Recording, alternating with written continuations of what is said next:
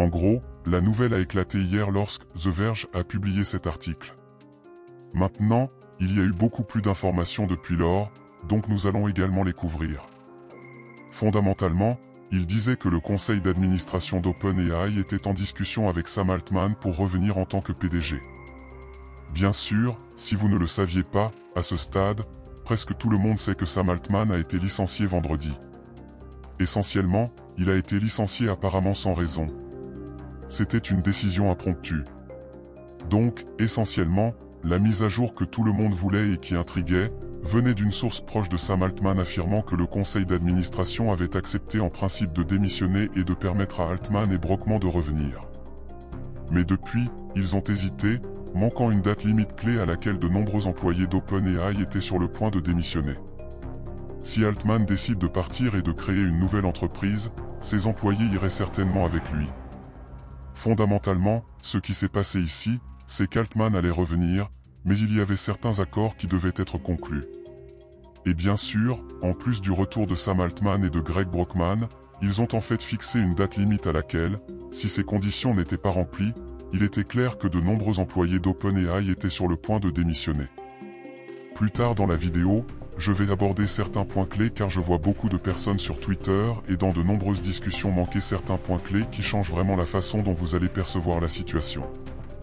Donc, pour l'instant, c'est dimanche soir, mais je peux garantir qu'il y aura probablement une mise à jour d'ici lundi matin. Cela s'explique par le fait que, comme vous le savez, nous sommes actuellement en week-end et dans le monde de la technologie, les choses ne bougent pas aussi rapidement le week-end. Donc, nous devrions avoir cette mise à jour d'ici demain. Et il y a quelques tweets, quelques likes et quelques commentaires que vous devez voir. Sam Altman a tweeté ceci: « J'aime tellement l'équipe d'OpenAI. » Maintenant, si vous ne savez pas à quoi ce tweet fait référence, il fait référence au fait que fondamentalement, toute l'équipe d'OpenAI ou beaucoup des membres les plus importants ont décidé de partir en solidarité avec Sam Altman. Fondamentalement, ils ont dit que lorsque Sam Altman commencera sa nouvelle entreprise ou sa nouvelle aventure, nous irons avec lui. Également intéressant, nous avons remarqué qu'un cœur a été publié par Mira Moratti, qui est la CTO d'OpenAI et était censée être la PDG par intérim après le départ de Sam Altman. Cette interaction entre eux suggère de manière intrigante que ces deux individus sont probablement en bons termes. Un autre point intéressant, parmi des spéculations supplémentaires, est que Greg Brockman a également publié un cœur pour Sam Altman et en a fait de même pour Mira Moratti. Cependant, remarquablement, Ilya Sutskever n'a en fait rien tweeté en ce qui concerne Sam Altman. Il n'a rien aimé, il n'y a eu aucune publication médiatique de sa part, et il n'a répondu à personne ni fait de déclaration. C'est très différent de beaucoup d'autres personnes chez OpenAI. Cela mène à la question, est-ce qu'Ilya Sutskever a échoué dans sa tentative de prise de contrôle? Il semble que oui. Maintenant, avec Ilya apparemment dans une position qui pourrait être assez délicate pour qu'ils continuent à travailler dans l'entreprise, pourront-ils résoudre leurs différends et avancer ensemble chez OpenAI? Il semble que Ilya Sutskever ne voulait pas que Sam Altman reste chez OpenAI. Il est évident ici que le conseil d'administration d'OpenAI a été poussé par Microsoft et les investisseurs à réintégrer Altman. Il est également noté que le conseil a envisagé de démissionner, mais n'a pas encore pris de décision finale. Altman envisage un nouveau projet mais est ouvert à un retour éventuel. Comme vous le savez, Microsoft a investi environ $1 milliard dans OpenAI pour les aider à former leurs modèles et à développer de grands modèles linguistiques. Les efforts pour réintégrer le PDG incluent des pressions pour remplacer le conseil d'administration actuel. Des sources indiquent que les directeurs ont envisagé de démissionner, bien qu'ils hésitent à le faire. La situation reste fluide et les plans finaux restent à déterminer. Si le conseil démissionne, les investisseurs évaluent une liste de nouveaux directeurs potentiels, parmi lesquels se trouve Bret Taylor, l'un des prétendants. Taylor, ancien PDG de Salesforce Inc., a quitté Salesforce pour lancer une nouvelle start-up en intelligence artificielle. Fait intéressant, Taylor a également été président du conseil d'administration de Twitter lors d'une prise de contrôle d'entreprise très notable dans l'histoire de la Silicon Valley.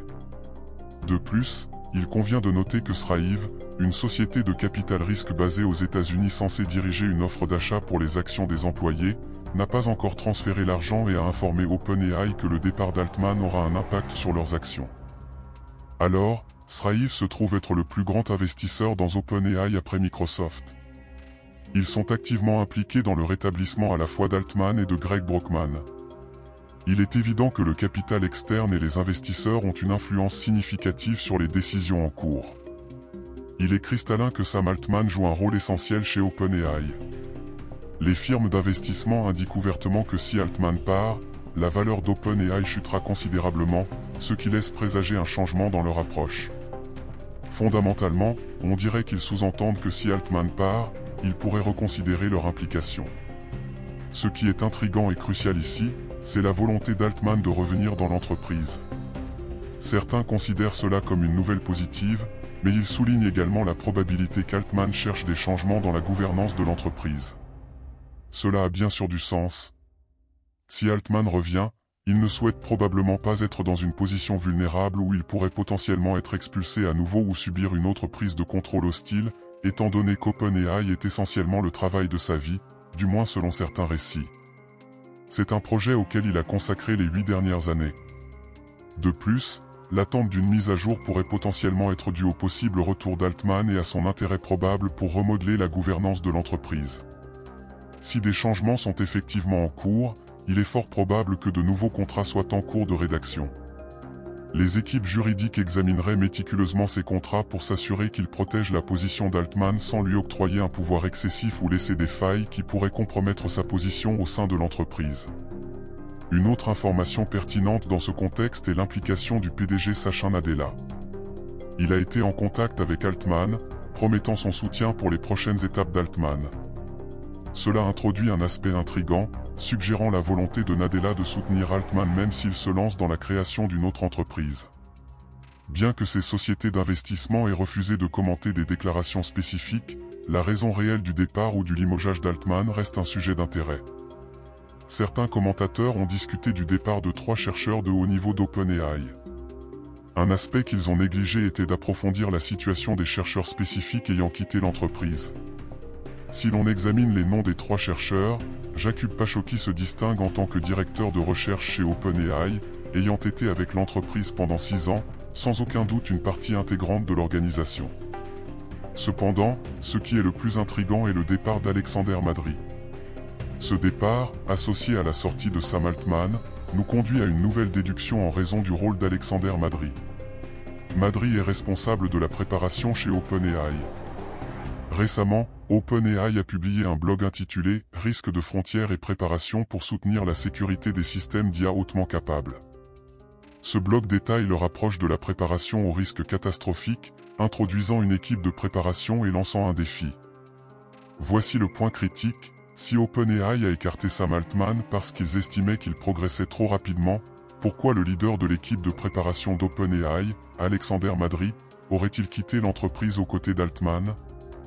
Le principal objectif de l'équipe de préparation est d'assurer la sécurité de l'AGI en suivant, évaluant, prévoyant et protégeant contre les risques catastrophiques. Si la vitesse d'Altman était le problème, le départ de Madry contredit totalement cette idée. Il est évident qu'il doit y avoir eu une autre raison pour le départ d'Altman de l'entreprise, et les problèmes de sécurité n'étaient probablement pas le facteur principal. Le débat en cours tourne autour de la possibilité du retour de Sam Altman. Je maintiens ma position précédente selon laquelle à la fois Sam Altman et Greg Brockman sont susceptibles de revenir à l'entreprise. Cependant, l'issue reste incertaine. Actuellement, il est évident qu'Altman détient un levier considérable, soutenu non seulement par Microsoft, mais aussi par des employés clés et des membres qui ont joué un rôle majeur dans la fondation d'OpenAI. Il y a un tweet intrigant qui soulève le point que même si Sam revient et qu'il y a, probablement Ilya Sutskever, cela poserait toujours des défis à OpenAI. Ilya est considéré comme un chercheur brillant, et le perdre serait un revers important. Cependant, la possibilité de travailler ensemble après les événements récents semble peu probable. Il est difficile de favoriser un environnement de travail positif si quelqu'un a tenté un coup contre vous au sein de l'entreprise. Je pense que la grande question qui nous est posée maintenant est, Sam Altman va-t-il revenir ? Il semble probable que Sam revienne en effet, mais cela se fera sans aucun doute selon ses propres conditions. Il bénéficie du soutien de Microsoft et d'employés clés au sein de l'entreprise. Sans Sam Altman et ses employés clés, il y a une menace imminente de fuite de talents au sein de l'entreprise. Alors que des membres cruciaux et des firmes d'investissement importantes s'en vont, l'avenir semble sombre pour cette entreprise qui était autrefois un leader. Dans les 24 prochaines heures, probablement d'ici lundi ou mardi, lorsque tout sera finalisé, les contrats signés et que Sam Altman décidera de revenir dans l'entreprise, nous assisterons au déroulement de cette histoire. Il est évident que ce récit est loin d'être terminé.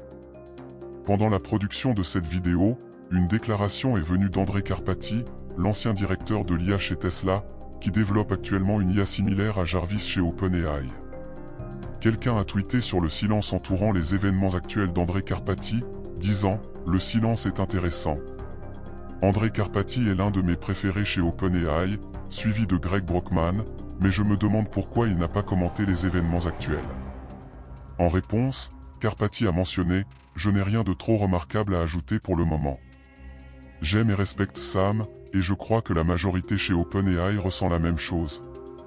Le conseil d'administration a eu l'opportunité d'expliquer leurs actions drastiques, mais ils ne l'ont pas fait. Ainsi, il n'y a rien de plus à dire, si ce n'est ce que cela semble être. » Cette déclaration indique clairement la surprise et le manque de prévoyance concernant la décision. Actuellement, c'est un jeu d'attente. Dans l'ensemble, dans les 24 prochaines heures, il y aura probablement une mise à jour, peut-être d'ici lundi. Cependant, espérons qu'elle n'apporte pas encore un autre rebondissement inattendu. Cette situation a été assez surprenante, et il est évident que l'influence de Sam Altman chez OpenAI est considérable. Je vais vous laisser avec un commentaire de Sam Altman qui prévoit en quelque sorte les événements catastrophiques dans une entreprise. Cela fait écho à un thème du film The Social Network, lorsque Mark Zuckerberg a pris le contrôle de l'entreprise. La qualité la plus sous-estimée de toutes est d'être vraiment déterminé. C'est plus critique que l'intelligence, les réseaux ou même une idée brillante.